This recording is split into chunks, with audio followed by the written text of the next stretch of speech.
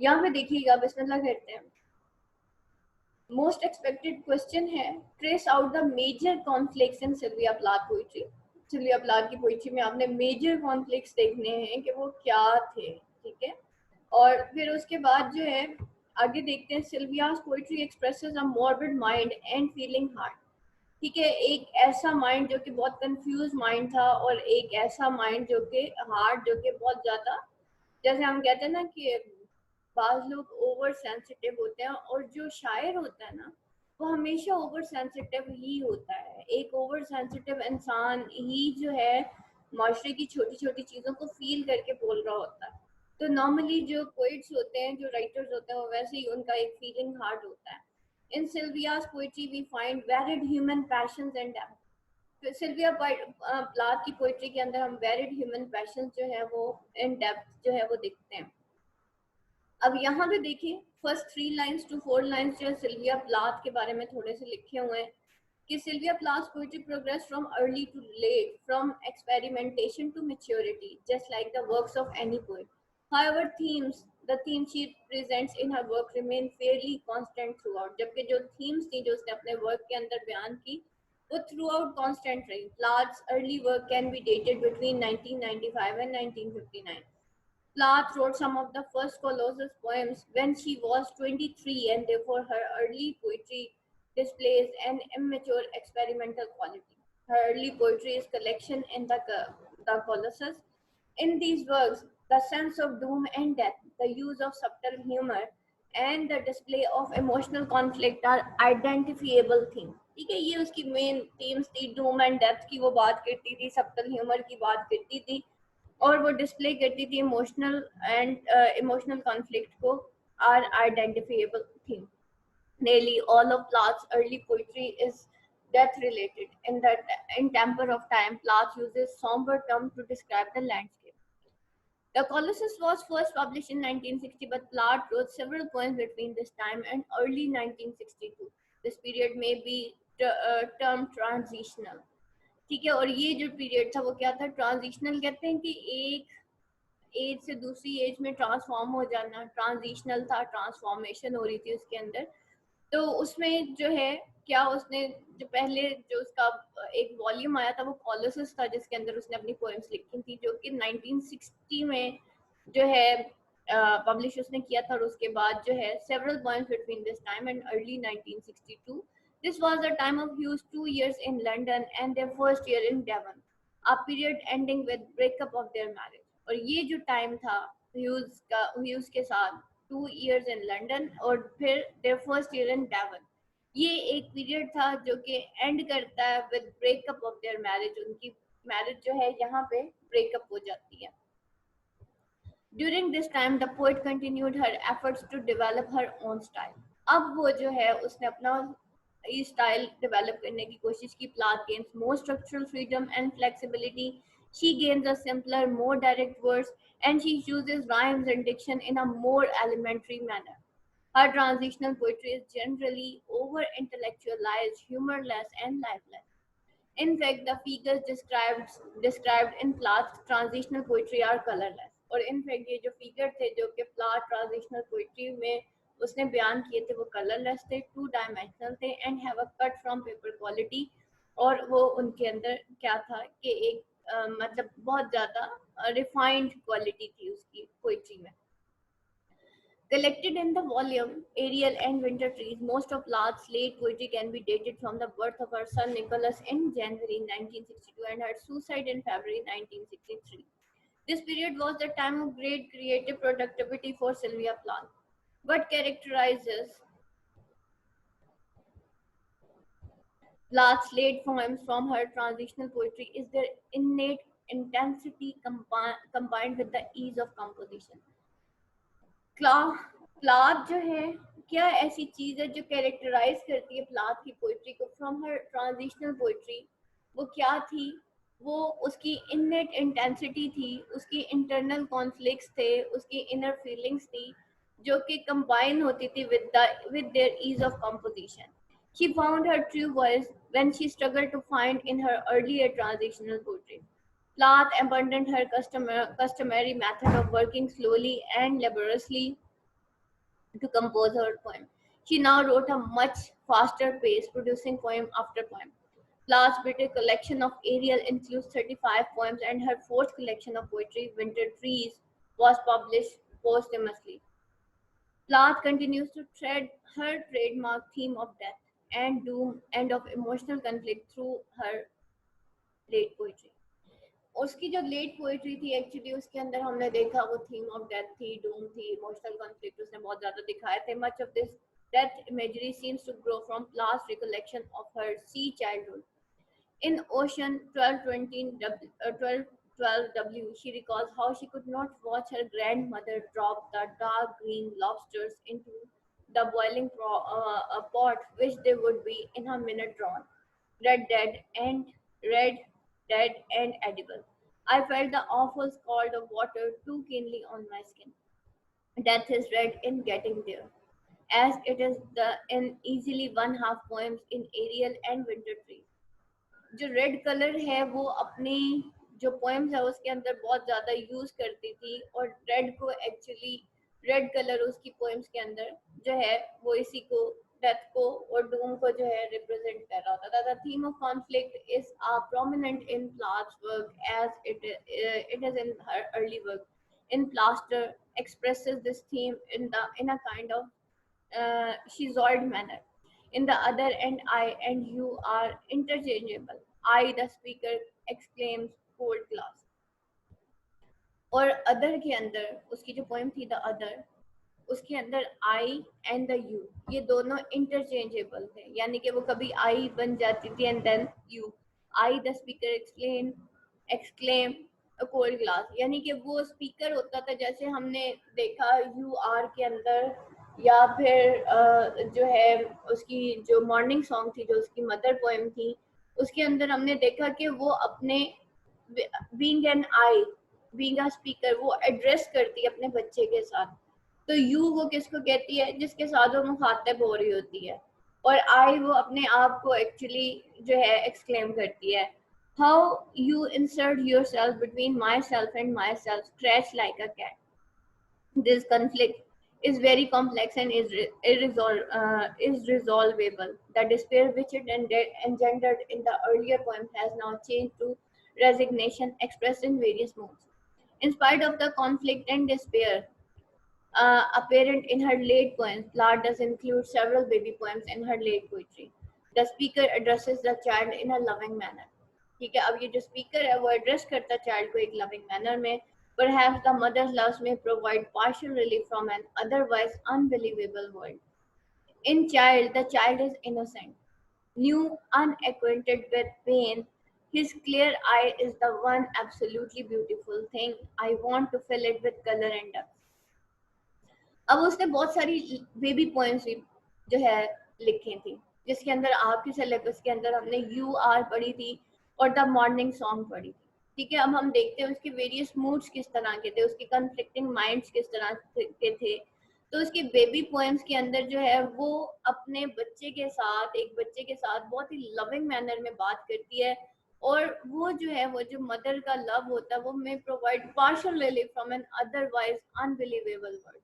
ठीक है, वो एक पार्शियल रिलीफ एक माँ को जो है देता है from an otherwise unbelievable world. माँ के लिए सबसे ज्यादा खूबसूरत चीज क्या होती है जब वो अपने बच्चे को देखती है, चाहे वो बच्चा फिर जवान क्यों ना हो जाए, लेकिन माँ के लिए उसके बच्चे की एक जो साइट होती है वो उसको बहुत ज्यादा रिलीफ देती है, और वो उसको बाकी दुनिया जो है वो भुला देती है. तो उसकी ये जो बेबी पोएम्स हैं आप नोट करें कि उसके अंदर वो जो है शायद बल्कि इनफैक्ट वो एक सोलस फाइंड आउट करती है by the side of her baby. In Morning Song and Balloons and For a Fatherless Son, Plath displays loving and whimsical musings of mother to baby. ठीक है, उसने माँ और बच्चे का प्यार दिखाया. Although these poems seem very different from Plath's related poems, they are not. ठीक है, इन poems के अंदर Plath जो है the poems seem very different from Plath's that related poem.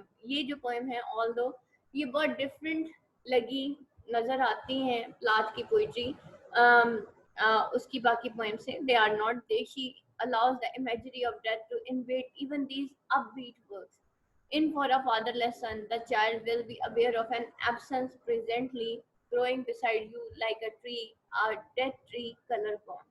और एक फादरलेस सन के अंदर वो क्या कहती है, वो एक बच्चे को दिखाती है जिसमें will be aware of an abundant absence, sorry, जो कि अवेयर है एक एब्सेंस के साथ, यानी कि उसका फादर नहीं है प्रेजेंटली वहां पे, वो प्रेजेंट यानी कि उस दौर में growing beside you like a tree, यानी कि वो अपने फादर के बगैर भी growing beside you like a tree, यानी कि तुम्हारे बगैर भी वो एक ट्री की तरह बड़ा हो रहा है। यानी कि वो उसका जो बेटा था निकोलस था, इनकी जब डिवोर्स हो गई थी तो आफ्टर दैट वो ये बात कर रही है कि भाई तुम्हारे बगैर भी जो वो बच्चा है वो ग्रो कर रहा है like a tree, a death tree colour gone, और एक डेथ ट्री है जिसका कलर गॉन हो गया, यानी कि एक ऐसा ट्री बनता जा रहा है जो कि फेड होता जा रहा है। बाद में एट द एंड जो है निकोलस ने भी सुसाइड कर ली थी जब वो जवान हुआ था।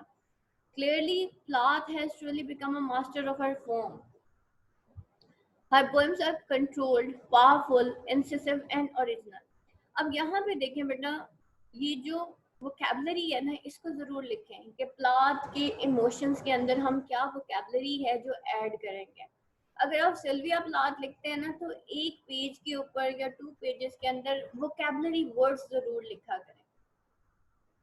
लाइक अगर उसके इमोशंस हैं, पैशंस हैं, उसमें थीसॉरस खोला करें। आप लोगों को ऐप डाउनलोड करवाई हुई है डिक्शनरी, जो उसको जो है जरूर खोल के देखा करें कि ये वर्ड है लाइक, ये पावरफुल है, इंसेसिव, ओरिजिनल, ये आपको बड़ा फायदा देंगे। क्योंकि जब एग्जामिनेशन हॉल में हमारा पेन रुक जाता है ना, उस वक्त हमारी वोकैबुलरी काम आती है, और वोकैबुलरी साइड बाय साइड जो है वो आपको एनहांस करनी पड़ती है। जो टीचर्स होती हैं ना, जो स्कूल में पढ़ा रही होती हैं खवातीन, उनकी वोकैबुलरी बहुत अच्छी होती है। आयशा यूसुफ की वोकैबुलरी बहुत अच्छी है माशाल्लाह। तो बेटा ये जो लेकिन बाकी नॉर्मली हम लोग क्योंकि इन चीज़ों को बिल्कुल अनटच हो जाते हैं इन चीज़ों से, तो हमारी वो जो वोकैबुलरी होती है इतनी ज़्यादा नहीं रहती। एक अक्सा भी हैं, न्यू कमर हैं, उनकी वोकैबुलरी बहुत अच्छी है।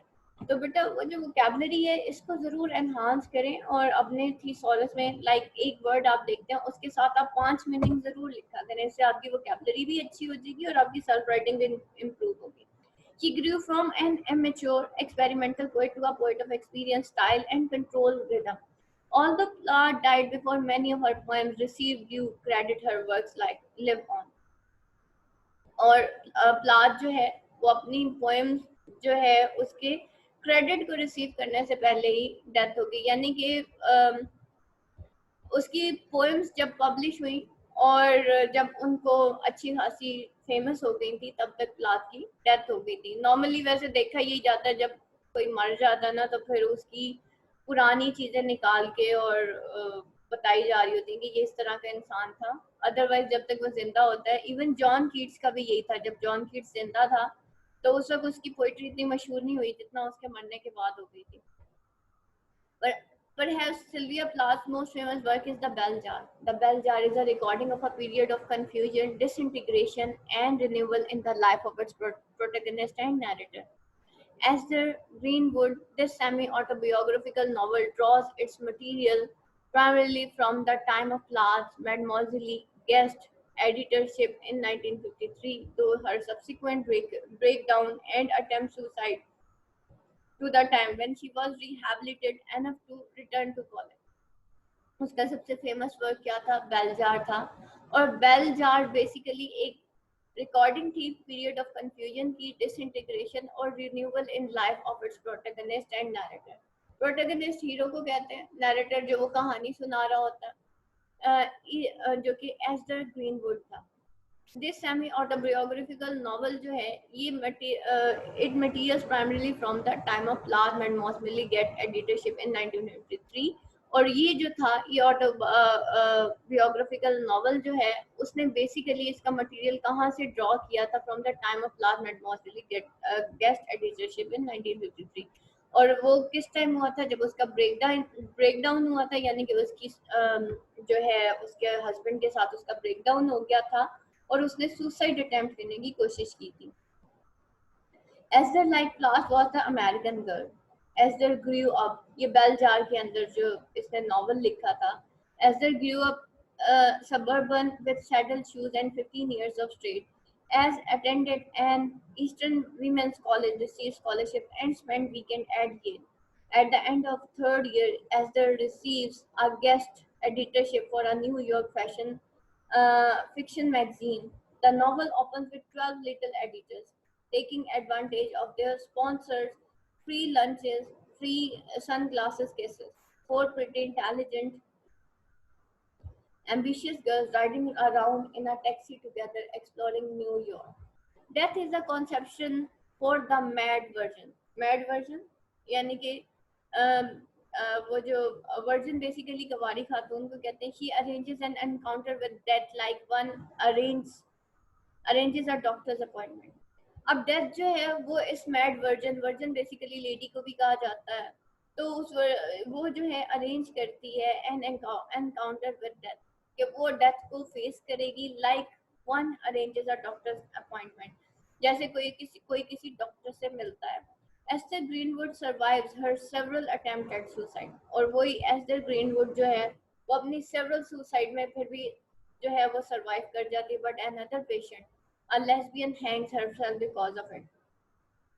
The bell jar is a relief to the mad person, separating the air she breathes from the air of sane. The fluted glass allows the girl to breathe the fresh air. और वो जो bell jar होता है वो basically वो क्या है, is a relief to the mad person. वो एक रिलीफ है एक मैड पर्सन के लिए जो कि सेपरेट करता है एयर जिसके अंदर वो ब्रीथ करती है from air of the Sen. Sen यानी कि जो एक बाहिस इंसान होता है, यानी कि अपने होशोवास में होता है. इनसेन पागल इंसान को कहते हैं, और सेन जो है जो अपने होशोवास में एक इंसान होता है उसके लिए वो एक जो है solace है. Babies are also present in and out of this novel, often representing the horror or desire. The girl stands under her bell jar, blanks, and stop at the as a dead baby. But when death looked like the white sweet baby in the womb, she plunged down to reach it. The babies perhaps represent as the desire to be reborn. The extreme of this semi-autobiographical novel are those, the poem Suicides and Childbirth before the madness. Ethel Greenwood is self-made and self-sufficient. After the transformation into insanity, she is torn between dying and being reborn. और जब वो जो है पागल हो जाती है तो वो जो है she is torn between dying and being reborn, तो वो जो है dying और reborn में जो है वो डिवाइड होके रह जाती है, टॉर्न होके रह जाती है, टूट के रह